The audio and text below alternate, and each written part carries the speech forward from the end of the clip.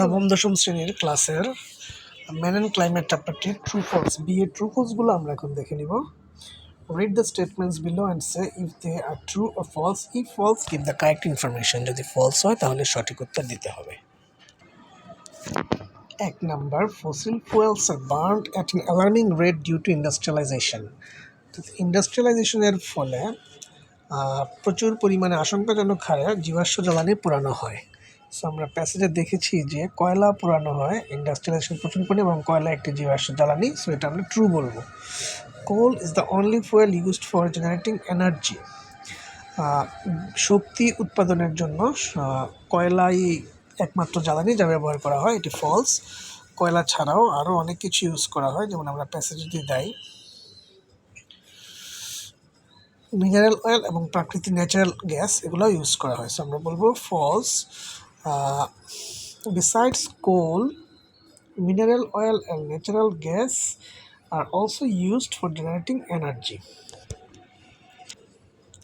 At present, nearly 85 million barrels of crude oil are used weekly. বর্তমানে প্রতি সপ্তাহে 85 million barrel crude oil use করা হয়। So এটা আমরা প্যাসেজে যদি একটু খুঁজে দেখি,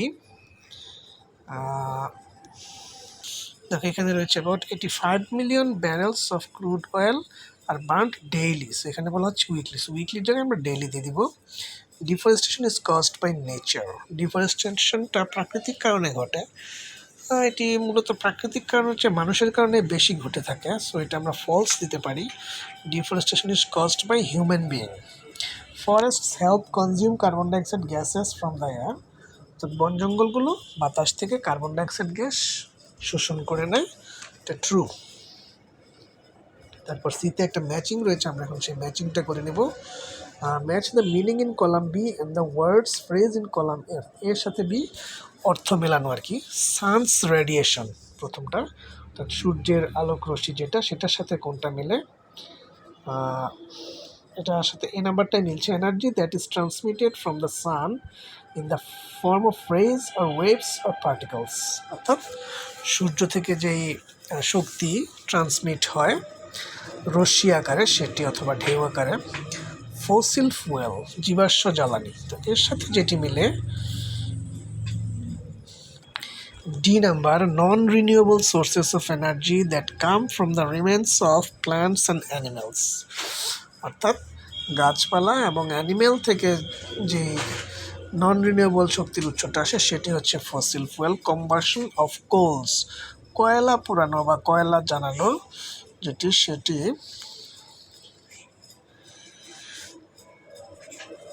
burning of coal usually in industrial plants, G নাম্বারটা। তারপর হচ্ছে ক্রুড অয়েল, যেটা অপরিশোধিত তেল, এর সাথে মিলবে F number, a naturally occurring unrefined petroleum, অর্থাৎ অপরিশোধিত petroleum product that can be refined to produce usable products, অর্থাৎ যেটা পরিশোধিত করে diesel, gasoline, heating oil, jet প্লেনের ফুয়েল, কেরোসিনে পরিণত করা যায়, সেটি হচ্ছে ক্রুড অয়েল। তারপর র মেটেরিয়াল মানে কাঁচামাল, a basic material or substance used in the production of manufacturing of goods, C number. তারপর ডিফরেস্টেশন, বনায়ন ধ্বংস, এটি হচ্ছে ই নাম্বারটা। Intentional destruction or removal of trees, অর্থাৎ ইচ্ছাকৃতভাবে, ইন্টেনশনাল মানে ইচ্ছাকৃতভাবে গাছপালা ধ্বংস করে ফেলা এবং অন্যান্য agricultural, commercial, housing and firewood এগুলো ধ্বংস করে ফেলা। আর ফটোসিনথেসিস মানে হচ্ছে সালোক সংশ্লেষণ প্রক্রিয়া। সো সালোক সংশ্লেষণ প্রক্রিয়া, সেটির সাথে মিলবে B number, the process used by plants to convert light energy captured from the sun to chemical energy. তো এই হচ্ছে আমাদের ম্যাচিংটা। এখন আমরা দেখি ডিতে কী রয়েছে। Write a letter to the editor of news paper expressing your concern about growing deforestation in your area. তো দেখুন, পত্রিকার সম্পাদকের কাছে একটা চিঠি লিখতে হবে যে তোমার এলাকায় বনায়ন যে ধ্বংস হচ্ছে এর উদ্বেগ জানিয়ে। Describe how deforestation is changing your environment, সেখানে তুমি বর্ণনা করবে কিভাবে তোমার পরিবেশে বনায়ন ধ্বংসের প্রভাব পড়ছে। Also suggest what actions could be taken to stop cutting down trees, এবং গাছপালা যে কেটে ফেলা হচ্ছে এর ব্যাপারে কি পদক্ষেপ নেওয়া যায় সেটি ফলো দ্য ক্লুজ বিলো, নিচের ক্লুগুলো এক্ষেত্রে তোমরা ফলো করতে পারো। কি ঘুমাইবো?